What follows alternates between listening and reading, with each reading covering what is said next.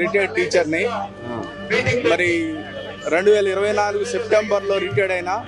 మరి నేను కిడ్నీ వ్యాధితో బాధపడతామన్నా, కిడ్నీ ట్రాన్స్ప్లాంట్ అయింది. నెలకు 10,000 రూపాయలు మెడిసిన్స్ అవుతూ ఉంటాయి. అనారోగ్యంతో చేసినటువంటి అప్పులకు ఈఎంఐ వడ్డీలు కట్టలేక నానా ఇబ్బంది అవుతా ఉన్నది.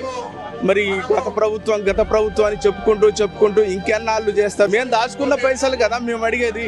సరే, ఈ పైసలన్నీ దాచుకున్న మరి పైసలన్నీ నేను కోసిన డబ్బులు వెళ్ళవు అనేటువంటి పరిస్థితిలో ఇది ప్రభుత్వం ఉంటే మరి ఈ రకంగా ఉండటం వల్ల మరి ఆదాయం అంతా మరి ఎటుపోతుంది. మా జీతంలో సగమే ఇప్పుడు మేము తీసుకుంటున్నాము. మిగతా సగం ఏమైతుంది? మిగతా సగం అన్ని జమ చేసి మా డబ్బులు మాకు ఇవ్వాలి కదా. నాకు తెలిసినటువంటి మా మిత్రుడే ఇల్లు అమ్ముకున్నాడు, కారు అమ్ముకున్నాడు. మరి ఆయన ఆర్థిక పరిస్థితి సమాజంలో ఆయనకి ఏం వాల్యూ ఉంటుంది చెప్పండి? బయట ఉద్యోగం చేసి ఇవన్నీ అమ్ముకోవాల్సిన పరిస్థితి. కావాలంటే మీకు సాక్ష్య రుజువు కావాలంటే పేర్లు కూడా చెప్తా. కానీ ఏదో వేగ్గా చెప్పడం కాదు. ఎంత బాధ ఉంటే ఇల్లు కారు అమ్ముకుంటారు చెప్పండి? మరి ఇంత బాధ పెట్టడం ధర్మమా? మాకు 60 సంవత్సరాలు అయింది షుగర్ బీపీతో ఉన్నోళ్ళు.